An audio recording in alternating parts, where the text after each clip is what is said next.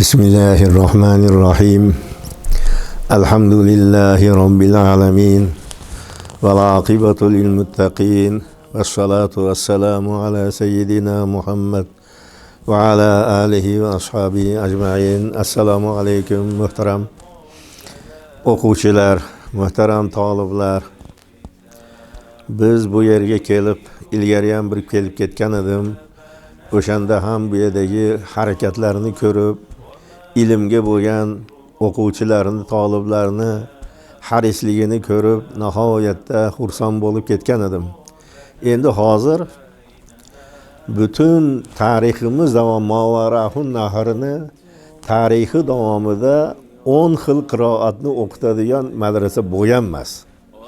Endi mana hozir bo'lib, akademiya bo'lib, mana bolalardan qiroatlarni eshitib, nihoyatda o'zimizda yo'q, nihoyatda xursand bo'ldikki, bu nima deb sifatlashni ham bilmayman.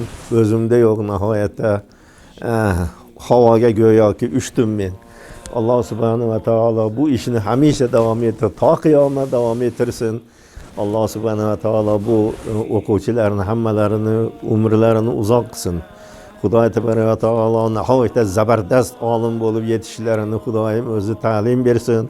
Ham taqvoli bo'lsin, ham mana shu ishni davom ettirib islom diniga quvvat, ham ilmiy tomondan, ham jismiy tomondan quvvat bo'lishlarini Alloh hamisha nasibi ro'ziga aylagan bo'lsin.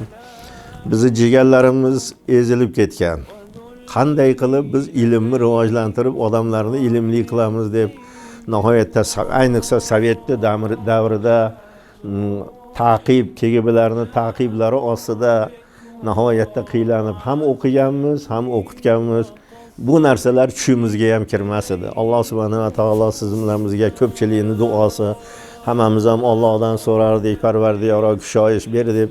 Ana Alloh taolo kushoyish berib mana Qirg'izistonimizda dinni nihoyatda erkin hurriyat qilib qo'ydi.